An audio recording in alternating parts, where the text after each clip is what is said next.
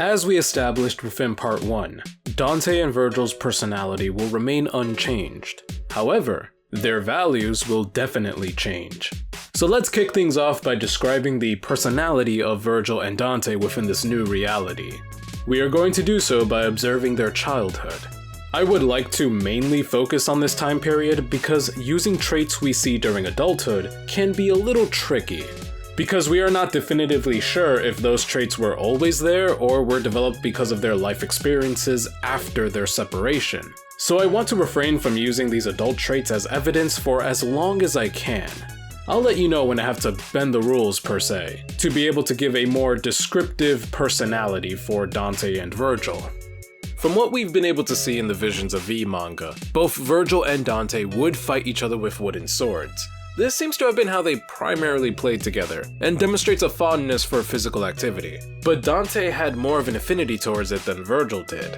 Dante seems to have been a mini Goku as a child, constantly pestering Vergil for a fight. So much so that Vergil has to run away from him to enjoy some quiet time with his books. We can already see Dante's thrill-seeking attitude at an early age. Furthermore, we have this moment where Eva scolds the two of them for fighting roughly. During this moment, we see that Eva expects more from Vergil because he is the oldest.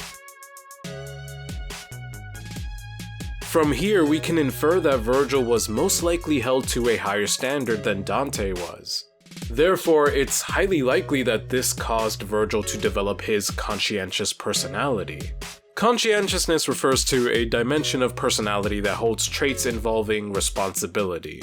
For example, being organized, efficient, hardworking, goal-directed, diligent, and more. Someone high in conscientiousness has a desire to do their tasks well and take their obligations very seriously. We see this personality within Vergil in the canonical story as well. He always had an air of authority to him and is incredibly goal-oriented. There's also the fact that Vergil was pretty much homeless and yet has managed to keep himself fed and well-groomed. As the eldest brother, he was most likely expected to be the more mature sibling. Thus, Eva nurtured those traits within him to fulfill that role. This is the early dynamic between Vergil and his mother that would shape the personality we see as an adult. This is probably where he develops his love for literature too. Reading can be seen as the more mature pastime for a child to engage in. Therefore, this activity is something Eva would have definitely promoted within Vergil. Meanwhile, Dante was left to be more rambunctious because he was the younger sibling. Thus, he wasn't held to the same standard that Vergil had. This is most likely why we see Dante being more reckless and thrill-seeking. He agitates Vergil on purpose despite the fact that it will get him hurt. This is definitely a habit that Dante carries into adulthood, seen through his constant taunting of his enemies. Conscientiousness is not Dante's strongest personality dimension. Honestly, I'd say it's probably his weakest from what we see as an adult. He's frequently late on his bills, doesn't keep his place clean most of the time, and rarely seeks out work. The only thing that has kept him afloat is his natural talent for fighting demons, but even then it's not like he seeks to develop these skills even further. This is definitely an edge that Dante has over Vergil. He is a prodigy who is capable of amazing feats, but he's a very reactionary character. World-ending situations have to happen for him to really apply himself and grow in his abilities. If anything, I'd say Dante's strongest personality dimension is most likely openness to experience.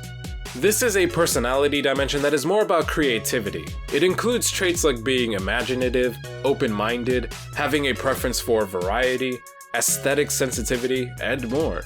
Someone high in openness to experience is receptive to new ideas or experiences. They tend to be more creative in their approach to situations, and often find novel solutions to them. Dante is incredibly creative in the way that he fights. Instead of relying on a traditional fighting style, he relishes in how over-the-top his combinations can be, and pushes the very limits of how his weapons can be used. One of them is literally a motorcycle. That's some creative shit right there.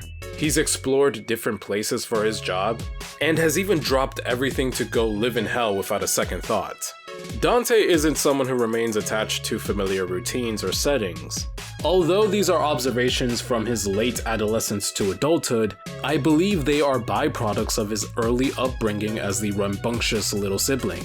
This openness to experience, combined with his low levels of conscientiousness, is what makes up his reckless and thrill-seeking personality. This is the general breakdown of the personality of Vergil and Dante, which will remain roughly the same within this new reality. Now let's talk about what they will value. We established that Vergil will value his humanity because of Eva's sacrifice to protect him. Meanwhile, Dante will value his demonic heritage because it allowed him to survive the attack on his family while he was left alone. With these new values, their respective personality will influence their actions in response to this new experience. Now, before we talk about specific lore changes, I want to establish the different character arcs that Vergil and Dante will go through. First, let's talk about Vergil, since he will technically become the new protagonist. Canonical Vergil has a lust for power, and it is something that is very integral to his personality for reasons that I've explained in my Vergil's inferiority video. Therefore, I would say Vergil still seeks out power, but for the sake of improving himself, to make sure that he can handle anything that comes his way as a demon hunter. This need for power wouldn't be as intense as it is in the canon lore because he doesn't lean into his demonic heritage for it. So instead, this search for power can manifest in Vergil actually making an effort to train his mind and body to be an effective demon hunter. However, since Vergil isn't relying on the absurd power boost that comes from his demonic heritage, he would most likely spend his developmental years learning how to improve his fighting techniques by studying swordsmanship and other forms of combat. I don't think this is a stretch to assume because his technique in the canon lore is already similar to Iai Jutsu. Also, the fact that these fighting styles were developed by humans throughout all of history would make it more appealing to Vergil. I think we could even include a side story of Vergil trying to find a teacher that can handle his power. This person could even become another parental figure in the same way that Nell Goldstein was to Dante. Being the son of Sparta would most likely make him excel as a student of combat very quickly and surpass multiple skilled fighters. So searching for a teacher worthy of Vergil as a student would be a difficult task in and of itself, but not impossible. Lady has shown us that humans can be pretty busted demon hunters, so there's got to be someone out there for Vergil. I think a character like this would make for a unique and enjoyable lore addition. Think how badass of a human you'd have to be to gain Vergil's approval. Fanfic writers go nuts.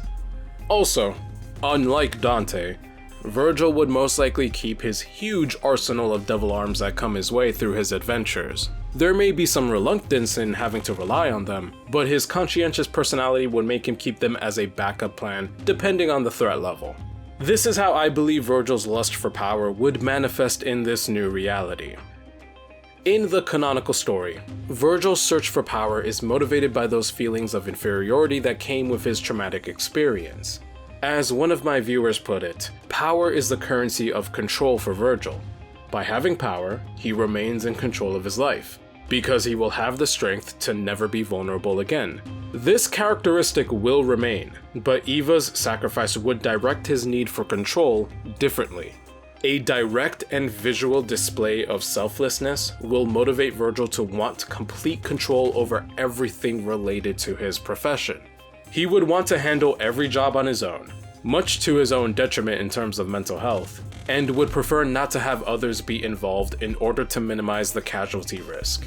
By doing so, he wouldn't need to witness any more deaths like that of his mother. It's like he feels compelled to do this in honor of the mother that saved him and the father who took a similar role a long time ago. Vergil would have a near pathological obsession with placing the weight of others on his shoulders. I don't mean he'd become a white knight for the whole world and everyone that comes his way, but rather that he would be concerned about losing his newly acquired family. And to cope with that anxiety, he would prefer to handle things on his own. Therefore, Vergil's character arc throughout the whole Devil May Cry series would be learning to relinquish that control with the relationships he forges. Vergil will be meeting and forming relationships with other characters now, and this need to have control will definitely come into conflict with the people he has to work with. especially with Trish being an exact image of his mother and all. We would definitely see some character moments where Vergil has to come to terms with the fact that his mother's death was out of his control.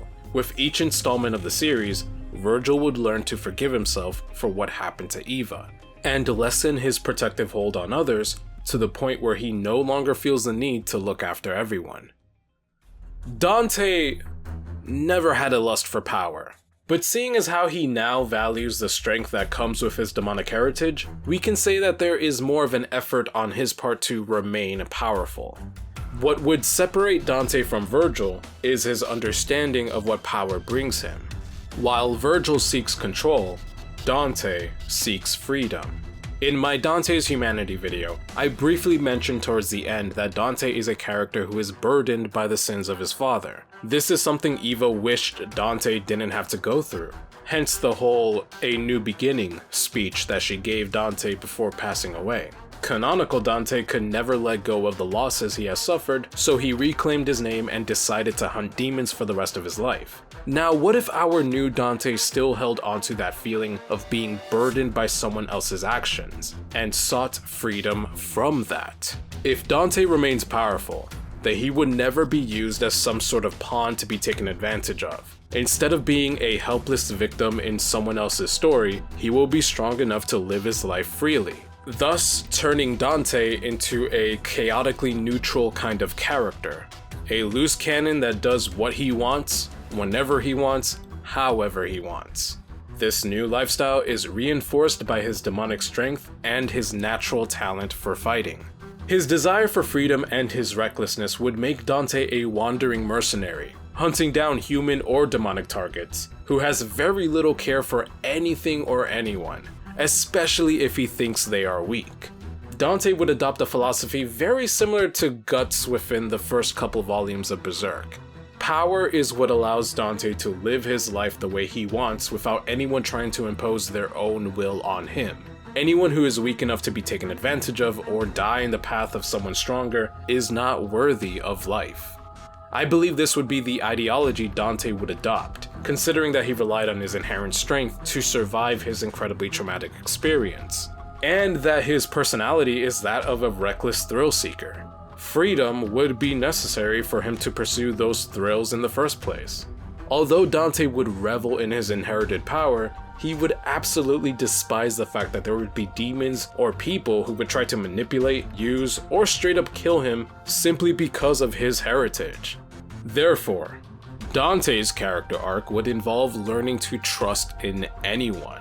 Dante's outlook in life leaves little to no room for companionship. He's already going to have very little respect for human life, and the conflict that he's going to get into with his own family, as well as a woman that is the spitting image of his mother, will push him deeper and deeper into the lie that he believes. So much so that he will become a danger to himself and the rest of the world around him. While we're talking about Trish, seeing as how he doesn't have Yamato to change him into a completely different character by the events of Devil May Cry 5, there will be nothing keeping Dante from eventually meeting her if he is the main villain within Devil May Cry 5. Trish, having no emotional connection to Dante as well as being her own distinct person separate from Eva, will have no qualms fighting Dante if she's left with no other option to. Meanwhile, by this point Dante will be someone who has been pushed dangerously deep into his beliefs because of his experiences. Let's just take a moment to put Dante within Vergil's shoes throughout the whole Devil May Cry canon. What has he experienced? Being left behind by his mother, being manipulated by Arkham, being used by Mundus, and having his brother nearly kill him twice, in Devil May Cry 3 and in the original Devil May Cry. For Dante, all of these experiences will serve to accentuate the need for strength to be free from the will of others and his own pain. Therefore, what better way is there to cement this transformation than by killing the spitting image of his mother? It's not like he has to hunt her down either, since the whole Devil May Cry crew will already be involved in the conflict somehow. This would be how Dante forsakes his humanity, similar to how canonical Vergil did. While Vergil had the power to physically separate his humanity, Dante would have more of a metaphorical transformation. This ideology would also draw more of a parallel between Vergil and Dante while still maintaining their unique differences. Freedom essentially requires control over your life. Therefore, Dante is also seeking control.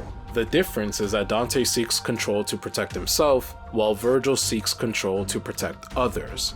I like the idea of there being a similarity between these two. It really sells the fact that these two are just people, struggling to cope with their trauma. Their demonic heritage only adds a unique flair to their life journey. I believe this philosophy would allow for Dante to become the antagonist of the story, and I believe it will make more sense as we jump into the specific lore differences within this new Devil May Cry universe.